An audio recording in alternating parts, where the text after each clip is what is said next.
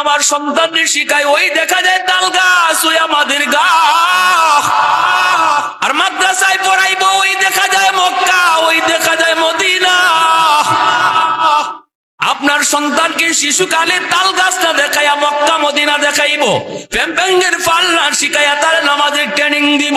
ভাইয়েরা বন্ধুরা জন্য বলি, সন্তানের 5 বছর স্কুলে পড়ানোর প্রয়োজন নাই, 5টা বছর আপনি মাদ্রাসা নুরানি পড়ান। এরপরে যদি আপনি লাইনে দিতে চান, দেন আপনাদের কথা খেয়াল করে কিন্তু আমরা মাদ্রাসার সিলেবাসে পরিবর্তন আনছি, আমার জন্য না, আপনার জন্য। কারণ আমি আমার সন্তানকে তো স্কুলে পড়াইতামই না, আমি তো শুরু থেকেই মাদ্রাসায় পড়াবো, শেষও করবো মাদ্রাসায়। কিন্তু যারা জেনারেল লাইনে সন্তানদের পড়াইতে চাবেন, আপনাদের দিকে খেয়াল করে উলামায়ে কেরাম এই মাদ্রাসার শুরুতে তারা স্কুলের সিলেবাস আনছেন, যাতে আপনারা যদি পরে নিতেও চান অসুবিধা নাই। ডাক্তার হলেও সে আদর্শ ডাক্তার হবে, ইঞ্জিনিয়ার হলেও সে আদর্শ ইঞ্জিনিয়ার হবে, ডাক্তারি হবে ডাকাত হবে না, ইঞ্জিনিয়ারিং হবে চুর হবে না। 20,000 টাকার লোভে পড়ে যেই ডাক্তার নরমাল ডেলিভারি কেসের রোগীরে কয় সিজার করা লাগবে, অথচ ডাক্তার জানে নরমাল হবে। এরপর 20,000 টাকার লোভে পইরা যেই একজন মহিলাকে চিরদিনের জন্য সে অসুস্থ বানায় দিল, এই ডাক্তারকে ডাক্তার কইবেন না ডাকাত কইবেন? এমন আসেনি না নাই? হ্যাঁ, বড় ডাক্তারের খাতায় নাম লেখাইছে ঠিক, বাট মানুষ হতে পারেনি, কিনা জোরে বলেন? ইঞ্জিনিয়ার হইছে, রডের বদলা বাঁশ দিয়া দিছে, আসেনি না? মানুষ মরলো তো আমার কি হলো? এই ইঞ্জিনিয়ারকে মানুষ বলা যায় না। এজন্য আল্লাহ বলছেন, মানুষ তো সেই যার মধ্যে কোরআনের শিক্ষা রয়েছে, যার ভিতরে হালাল হারামের বোঝ রয়েছে, যার জিন্দিগিতে ইসলামী জিন্দিগি রয়েছে, যে জায়েজ না জায়েজ বোঝে, বৈধ অবৈধ মানে, আল্লাহর কাছে সে মানুষ, আল্লাহর পরিচয় যার দিলে আছে সেই তো মানুষ। আর যদি আল্লাহর পরিচয় না থাকে সে মানুষ হতে পারে না। এজন্য ভাইয়েরা বন্ধুরা বলবো, যদি আপনি এই লাইনে দিতে চান দেন, অসুবিধা নেই। আর যদি আপনি আপনার সন্তানকে আলেম বানাইতে চান, হাফেজ কোরআন বানাইতে চান, তাহলে তো নূরুন আলা নূর, এর উপরে আর কোনো সিদ্ধান্তই হয় না। জানেননি কারণ কি? কারণ কি? আল্লাহ পাক বলেন, যেখানে কোরআন রয়েছে, কোরআনের শিক্ষা যেখানে রয়েছে, কোরআনের ধারক বাহক যারা হয়, হাফেজ হয়, আলেম হয়, আল্লাহ বলেন কোরআন নাজিল করেছি আমি রহমত বানাইয়া। অতএব কোরআনের ধারক বাহক উলামায়ে কেরাম সমাজের জন্য রহমত, হাফেজ কোরআন সমাজের জন্য রহমত। আল্লাহর বাসায় যেখানে হাফেজের সংখ্যা বেশি থাকবে, উলামায়ে কেরামের সংখ্যা বেশি থাকবে, মাদ্রাসার সংখ্যা যেই সমাজে বেশি থাকবে, আল্লাহর পক্ষ থেকে রহমত তত নাজিল হবে। যেখানে রহমত থাকে সেখানে গজব আসে না। মাদ্রাসার খাতিরে আল্লাহ রহমতের চাদর দিয়ে এলাকারে ডেকে রাখে, এলাকারে ডেকে রাখে আল্লাহ রহমতের চাদর দিয়া। কারণ কোন আল্লাহর কাছে পরিষ্কার কথা, যতদিন জমিনে কোরআনের শিক্ষা থাকবো, আমি মাওলার কালামের শিক্ষা যতদিন চলবো, ততদিন আমি জমিন টিকে রাখবো। সূর্য পূর্ব দিগন্তে উঠবে, পশ্চিমে ডুববে। মাদ্রাসা শিক্ষা যদি জমিনে চালু থাকে, মাদ্রাসা যদি জমিনে চালু থাকে, হাফেজ আলেম যদি সমাজে হইতে থাকে, আল্লাহ বলেন জমিন থেকে ফসল হবে, গাছ থেকে ফুল হবে, ফল হবে। এমনি ভাবে নদী থেকে মাছ মিলবে, সুস্থতার নিয়ামত আমি আল্লাহ তোমাকে ধারাবাহিক দিয়ে যাব। যত নিয়ামত জমিনে আছে সবগুলো নিয়ামত ঠিক মতো জারি থাকবে যদি কোরআনের শিক্ষা জমিনে চালু থাকে, হাফেজ আলেম যদি জমিনে হওয়া থাকে। এজন্যই রাসূল বলেন, উম্মতের দল, এই জমিন আল্লাহ কাদের উসিলায় টিকায় রাখছে তোমরা যদি নাও বুঝো, আসমান জমিনের ভিতরে আর যত মাখলুক সবাই কিন্তু ঠিকই বুঝে। রাসূল বলেন, ইন্নাল আলিমা ইস্তাগফিরু লাহু মান ফিল আরদ ওয়া মান ফিস সামা হাত্তাল হিতানু ফি জাওফিল মা ওয়া ফি riwayatin আন-নামলাতু ফি জুহরিহা। রাসূল বলেন, উম্মতের দল জানুনি, উলামায়ে কেরামের উসিলায় আল্লাহ পাক জমিন টিকায় রাখছে, হাফেজ কোরআনের উসিলায় আল্লাহ জমিন টিকায় রাখছে। এই কথাটা তোমরা না বুঝলো গাছের পাতায় বুঝে, তোমরা না বুঝলো গর্তের পিঁপড়ায় বুঝে, তোমরা না বুঝলো পানির নিচের মাছে বুঝে, তোমরা না বুঝলো জঙ্গলের পাক পাল্লুক বুঝে, এজন্য গাছে কয় মাছে কয় আল্লাহ। আলেম উলামার হায়াত তুমি বাড়ায় দাও, 24 ঘন্টা আল্লাহর কাছে এই দোয়া করে। গর্তের ফিফরা কয় আল্লাহ হাফেজ কোরআনের হায়াত তুমি বাড়ায় দাও। সমাজে তুমি মাদ্রাসা কবুল করে নাও। কেন কয় জানেননি? কারণ মাসে জানে হাফেজের হায়াত বাড়লে জমিনের হায়াত বাড়ে, আর জমিনের হায়াত বাড়লে আমি মাছেরও হায়াত অটো বেড়ে যাবে। সুবহানাল্লাহ, জোরে বলেন। হাদিসে আমরা এই কথা পাই নাই যে মাছে পেতেছে আল্লাহ আমার হায়াত বাড়ায় দাও। ফিফরায় এই দোয়া করেন আল্লাহ আমার হায়াত বাড়ায় দাও। ফিফরায় নিজের হায়াতটাই চায়, কিন্তু ঘুরাইয়া কয় আল্লাহ আমারটা চাই না, হাফেজদের হায়াত বাড়ায় দাও, উলামায়ে কেরামের হায়াত বাড়ায় দাও। হাফেজের সংখ্যা তুমি বাড়াও, মাদ্রাসার সংখ্যা তুমি বাড়াও। রাসূল বলেন কেন কয়? এটা তোমরা বুঝো না, কিন্তু মাছে বুঝে, ফিফরায় বুঝে। সুবহানাল্লাহ, জোরে বলেন, আরো জোরে বলেন। এজন্য আমার ভাইরা ভালো করে ইয়াদ রাখবেন, মাদ্রাসার উসিলে আল্লাহ পাক জমিন টিকায় রাখে। নয়তো জমিনের ভিতরে যেই পরিমাণ গুনাহ হয়, যেই পরিমাণ অন্যায় হয়, যেই পরিমাণ জুলুম হয়, যেই পরিমাণ নাফরমানি হয়, এই জমিন আল্লাহ পাক রাখতেন না, এই জমিন আল্লাহ ধ্বংস করে দিতেন। কারণ হলো গুনাহ গজব টানে, গুনাহ আর নেক আমল রহমত টানে। গুনায় গজব টানে চুম্বকের মধ্যে। গুনার বৈশিষ্ট্য হলো গজব টানে আনা, আর নেক আমলের বৈশিষ্ট্য হলো আল্লাহর রহমতকে টেনে আনা।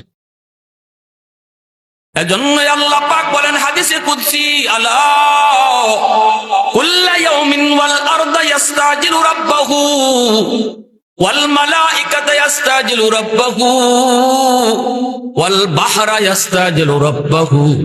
আল্লাহ পাক বলেন, হাদিসটা একটু মন দিয়ে শুনুন। হাদিসটা কিন্তু হাদিস না, হাদিসে কুদসি, আল্লাহর কথা। আল্লাহ বলেন জানোনি, জমিন কিন্তু প্রতিদিন আমার কাছে দরখাস্ত করে।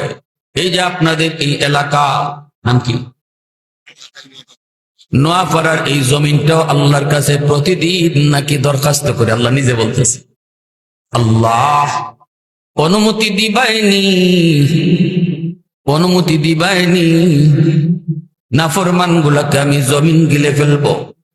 আবতালিউ ইবনা আদম ফি করি, আল্লাহ নাফরমান আমি জমিনের উপর দিয়ে আর কতকাল হাঁটবে, আমি জমিন আর কতদিন তার পায়ের আওয়াজ শুনবো, ওই সুদপুরের পায়ে বাড়ির বোঝা আমি কতদিন নিব, ঘুষখোরের বাড়ির বোঝা আর আমি কতদিন সইব। আসবিরু ইলা মাতা আসবিরু ইলা মাতা আসবিরু, আল্লাহ ধৈর্য ধরবো তো আর কতকাল ধৈর্য ধরবো তো আর কতকাল ধৈর্য ধরবো। 5.9 পয়েন্টের একটা ভূমিকম্প গেল শুক্রবারে, বাংলাদেশ কাঁপুনি দিয়ে গেল। বাবা সন্তান রেখে দৌড় দিয়ে ঘর থেকে বের হয়ে যায় নিজের জান বাঁচানোর জন্য। অথচ আল্লাহ বলেন এরকম 5 আর 6 নয়, 10 নয়, 20 নয়, 100% এরকম জাকুনি দিত চায় জমিনে। তোদের গুনার কারণে রে বান্দা, তোদের গুনার কারণে জমিন এরকম কাঁপতে উঠতে চায়, 100% কাঁপুনি দিতে চায়। আল্লাহ বলে শুধু জমিন নয়, সাগর মহাসাগর পর্যন্ত এই আবদার করে। কক্সবাজার সমুদ্র সৈকতের পারে গিয়া কত যুবক কত যুবতী অন্যায় কাজে লিপ্ত হয়, গুনার পর কাজে লিপ্ত হয়, নাফরমানিতে লিপ্ত হয়। সাগরে পানিটা চায়া চায়া দেখে আর আল্লাহর কাছে আবদার করে, মালিক আমি আর কত নাফরমানি দেখমু, আর কত বেহায়াপনা দেখমু। আল্লাহ অনুমতি দিবাইনি নাফরমান গুলাকে আমি পানি দিয়ে ডুবাই ফেলবো। ওরা যে নাপাক বানাইছে জমিনটারে, এই নাপাক জমিনটারে আমি যে পাক বানিয়ে দিব। আল্লাহর কাছে যখন জমিনও এরকম আবদার করে, এরকম সাগর মহাসাগর ধ্বংসের কথা কয়, ফেরেশতারাও মানুষকে ধ্বংস করে দেওয়ার কথা কয়, তখন আল্লাহ পাক জমিনকে ধমক দিয়া কয়, এরে জমিন ভালো করে শুন, আমি আল্লাহ দেখতেছি জমিনে কত গুনাহ হইতেছে, কত অন্যায় হয়, কত জুলুম হয়, কত নাফরমানি হয়। এরপর আমি আল্লাহ নগদ ধরি না, জানোনি কেন? কারণ এই মানুষকে আমি আল্লাহ বড় আদর করে বানাইছি। আসমান আল্লাহ বানাইছেন কুন ফায়াকুন বইলা, জমিন আল্লাহ বানাইছেন কুন ফায়াকুন বইলা। আল্লাহ হাত লাগাই নেই, আসমান বানাইতে আল্লাহ হাত লাগাইতে হয় নেই, খালি কইছে কুন, সাথে সাথে হয়ে গেছে ফায়াকুন। জমিন বানাইতে আল্লাহ কইছে কুন, সাথে সাথে জমিন হয়ে গেছে। ফেরেশতাও আল্লাহ বানাইতে বানাইছে কুন ফায়াকুন বইলা। কিন্তু আমারে আপনারে আল্লাহ পাক কুন ফায়াকুন বলে বানায় না। আমারে আপনারা যখন আল্লাহ বানাইছে রে, তখন আল্লাহ কয় খালাকতু বিয়াদি, নিজের হাত দিয়া বান্দা বান্দিরে বানাইছি। এ সুদপুর হইল তো আমি আল্লাহ তার নিজের হাতে বানাইছি, ঘুষখোরও তো আমি নিজের হাতে বানাইছি, ওই ইহুদিরও তো আমি আল্লাহ নিজের হাতে বানাইছি। এজন্য ধ্বংস করতে আমি আল্লাহর মায়া লাগে, সুবহানাল্লাহ। এজন্য ধ্বংস করতে আমি আল্লাহর মায়া লাগে। আমি তো হাত লাগাই নাই, আর কোনো কিছু বানাইতে আমি হাত লাগাই নাই, কিন্তু মানুষ, এই মানুষ বানাইতে তো আমি আল্লাহ হাত লাগাইছি। অতএব মানুষের ধ্বংস আমি আল্লাহর কষ্ট লাগবই। নূহ নবী একদিন কইছিলেন, মালিক ধ্বংস করে ফেলো, রাব্বি লা তাযার আলাল আরদি মিনাল কাফিরিনা দাইয়ারা। আল্লাহ সব মেরে ফেলো, আর একটা রাখো না। আল্লাহ নূহ নবীর ডাক দিয়া কয়, নূহ এটা কি সেই দোয়া? কোন দোয়া যেটা আমি কবুলের গ্যারান্টি দিয়েছি? সমস্ত নবীদেরকে আল্লাহ পাক দুনিয়াতে একটা দোয়া কবুলের গ্যারান্টি দিয়েছেন। সব নবীরে আল্লাহ একটা দোয়া কবুলের গ্যারান্টি দিয়েছেন। লিকুল্লি নাবিয়্যিন দাওয়াতুম মুস্তাজাবাতুন ফাতাআজ্জালা কুল্লু নাবিয়্যিন দাওয়াতাহু ওয়া ইন্নী ইখতাবাতু দাওয়াতি শাফাআতান লিউম্মতি। রাসূল বলেন, সব নবী ওই দোয়াটা দুনিয়াতে চায়া চায়া তারা নিয়ে গেছে। প্রত্যেক নবী দুনিয়াতে এই দোয়া চায়া চায়া নিয়ে গেছে, কিন্তু ওই কবুলের গ্যারান্টির দোয়াটা আমি রাসূল দুনিয়াতে চাই নাই রে উম্মত। তায়েফের জমিন আমার জীবনে ছিল, তবু ওই দোয়াটা আল্লাহর কাছে করি নাই। উহুদের ময়দান আমার জীবনে ছিল, তবু ওই দোয়াটা আমি আল্লাহর কাছে চাই নাই। আমি ওই দোয়াটা নিজের অন্তরে লুকায় রাখছি। কিয়ামতের ময়দানে আমার গুনাহগার উম্মতের জন্য আমি ওই দোয়াটা কাজে লাগাইমু। মুসলমানের আওয়াজে কই না সুবহানাল্লাহ, আরো জোরে আল্লাহু আকবার। মুসলমানের আওয়াজে আল্লাহু আকবার। ওয়াল্লাইলু মিগে জুলফে মুহাম্মদ কা তারান্নুম والشمس برخسار احمد کا ترنم والفجر میں صبح رسالت کی بشارت والعصر میں دور نبوت کی بشارت ہر پھول میں روی مدینہ کا تبسم شاخوں کی لچک میں بے قضا کا تکلم یاسین سے مولا نے کبھی ان کو پکارا حمیم کبھی اور کبھی توسین اشارہ یہ رمز ہے کچھ عاشق و معشوق کے مابین سمجھائے جن کے خلق میں ایک سرور کونین سمجھائے جن کے خلق میں ایک سرور کونین مسلمان آواز کو اللہ اکبر আমার ভাইরা বন্ধুরা আল্লাহর নবীর ডাক দিয়া কয় নূহ সব মাইরে লিতাম আল্লাহ সব মাইরে লাও আল্লাহ কয় মারমু দোয়া কবুল যেহেতু এটা ওই দোয়া কইতেছো যেটা কবুলে গ্যারান্টি দিছি আমি আল্লাহ তুমি যখন ওই দোয়াটা কইছো তা 100% কবুল উম্মতরে কইয়ে দাও যে কয়জন ঈমান আনছে কইও যেদিন তুফান শুরু হইব সবাই যেন জাহাজে উঠতে জায়গা আর তুমি জাহাজ বানানো শুরু করে দাও তুফান যেদিন শুরু হইব কইও জাহাজে উঠতো বুড়া এক মহিলা কয় নবী গো আমার আপনি ইয়াদ করে নিয়েন আমি বুড়া মানুষ ফারাফারি করে নৌকা ধরতে পারবো না ইয়াদ করে নিয়েন নবী কয় ঠিক আছে কিন্তু যেদিন তুফান শুরু হয় ওই বুড়ি মার কথা নূহ নবী ভুলে গেছে গোটা দুনিয়া পানির নিচে ডুবলো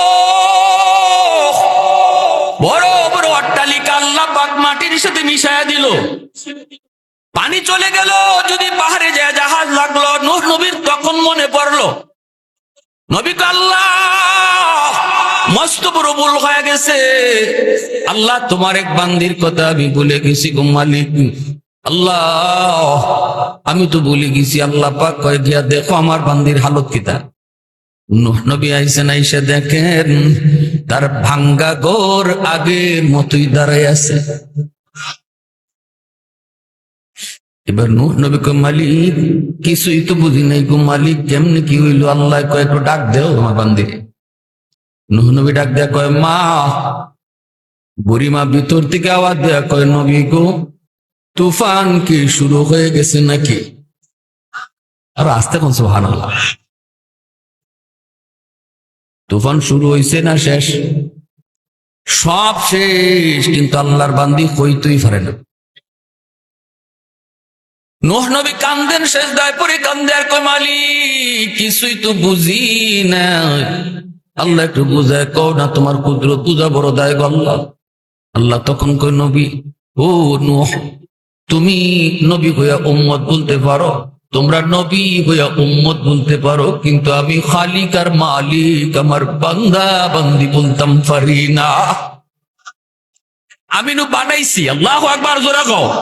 তোমরা নবী, তারা উম্মত বানাইছো না, কিন্তু আমি না নিজের হাতে বানাইছি, এজন্য আমি বলতাম পারি না। বানাও দেখি, বানাও।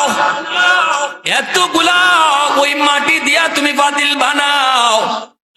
ধ্বংস করার আগে আল্লাহ পাক রব্বুল আলামিন কইছিল, নূহ সবরে যে মারতে কও, দেখি পাতিল বানাও, দেখি পাতিল বানাইছেন। মনের মাধুরী দিয়ে অনেকগুলি পাতিল নূহ নবী বানাইছেন। এরপর আল্লাহ কয়, এখন ভাঙ্গিলাও। ভাঙতে গিয়ে নূহ নবী কয়, মালিক বানাইতে কইছো কেন, আর এখন ভাঙতে কও কেন? আল্লাহ কয়, কেন মায়া লাগে নাকি? কয়, হ মালিক, মায়া তো লাগবই, নিজের হাতে বানাইছি, ভাঙতে তো মায়া লাগবে। আল্লাহ পাক কয়, নূহ, পাতিল শুধু বানাইছো, হাত দিছো নাকি? কয় না। চোখ বানাইছো? কয় না। পাও দিছো? কয় না। মাথা দিছো? কয় না। কথা কইতে পারেনি? কয় না। হাঁটতে পারেনি? কয় না। আল্লাহ তখন, নূহ রে, কিছু পাতিল বানাইছো, শুধু হাঁটতেও পারে না, মারতেও পারে না, মারতেও পারে না। এগুলা ভাঙতে যদি তোমার মায়া লাগে হাতে বানানোর কারণে, আমি আল্লাহ যে মানুষগুলারে শুধু হাতে বানাইছি তা না, সুন্দর দুইটা চোখ দিছি, সুন্দর দুইটা হাত দিয়েছি, সুন্দর দুইটা পাও দিছি।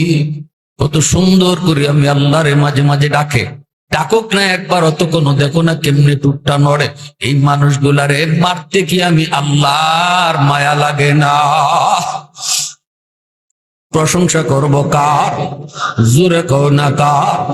আলহামদুলিমান কাদ্দারা খাইরাও ওয়া কাবালা, ওয়া শুকরু লিমান সাওয়ারা হুসনাও ওয়া জামালা, ফরদুন সামাদুন আন সিফাতিন খালকি বারিউন, রব্বুন আযালিয়ুন খালাকাল খালকা কামালা, লা জিদ্দা ওয়ালা নিদ্দা ওয়ালা হাদ্দা লিমাওলা, আল আনা কামা কানা ওয়ালাম ইয়ালকা যাওয়ালা, আল আনা কামা কানা ওয়ালাম ইয়ালকা যাওয়ালা।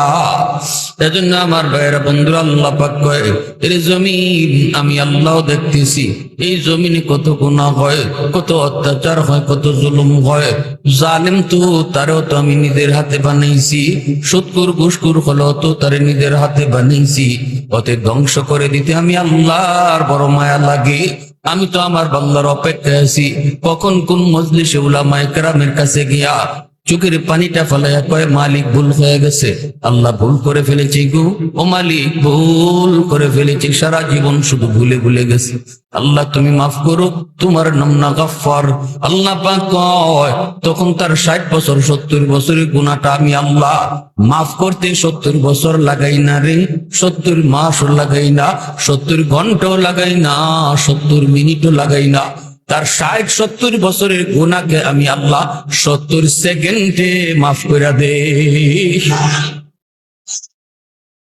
আমি আল্লাহর নাম গফফার, আমার নাম গাফির, গফুর, গফফার। গুনাহ মাফের ক্ষেত্রে আল্লাহর নাম রাখছেন 3টা। ছোট ছোট গুনাহ আল্লাহ গাফির নামের উসিলায় মাফ করে, মিডিয়াম সাইজের গুনাহ গফুর নামের উসিলায় মাফ করে, আর যত বড় গুনাহই হোক আল্লাহ সেটা গফফার নামের উসিলায় মাফ করে। ভাইয়েরা আমার জন্য বলতেছি যুবক, আল্লাহ পাক রব্বুল আলামিন তখন কয়, বান্দা শুন, এ জমিন শুন, এ সাগর মহাসাগর তোরা শুন, চার শ্রেণী যতদিন জমিনে থাকবো, আর আমি আল্লাহ তো দেখতেছি এই জমিনে আমার কোরআনের তালিম চালু আছে, কোরআনের শিক্ষা চালু আছে। উলামায়ে কেরামকে মানুষ এখনো মহব্বত করে, সন্তানকে এখনো মাদ্রাসায় পড়ায়, এখনো আমার কোরআনের শিক্ষা জমিনে চলে, কোরআনের তিলাওয়াতের আওয়াজ চলে। এই কোরআনের শিক্ষা যতদিন জমিনে চলবো, সন্তান হাফেজ হইব, আলেম হইব, আমি আল্লাহ কোরআনের শিক্ষার উসিলায় জমিন টিকায় রাখবো, কোরআনের শিক্ষার উসিলায় জমিন টিকায় রাখবো। আর এই কোরআনের তালিম চালু থাকলে ওয়াজ মাহফিল হইব, যুবকের দিলের ভিতরে আল্লাহর ভয় ঢুকবো। হাদির মতো যুবক দিলের ভিতরে কোরআন ঢুকাইছে, আল্লাহর ভয় ঢুকাইছে, উলামায়ে কেরামের হরকতের কারণে, উলামায়ে কেরামের মেহনতের কারণে, ঠিক কিনা? আজকে এখানে ওয়াজ মাহফিল হইতো আলিম না থাকলে, জোরে কই, ওয়াজ মাহফিল হইতো যে সমাজে কোনো আলিমই নাই দেশ, কেডায় আল্লাহর কথা শুনতো, কেডায় শুনাইতো? এজন্য আল্লাহ পাক কই জানো নি, চার শ্রেণী যতদিন জমিনের ভিতরে থাকবো, আমি আল্লাহ ততদিন জমিন টিকায় রাখবো। লাউলা মাশাইখ রুকা والشباب خشع والأطفال رضع والأنعام رضع لجعلت السماء حديدا والأرض خفصفا والتراب رمادا وما أنزلت من السماء قطرا وما أنبت من الأرض نباتا بل أنزلت عليكم العذاب صبا।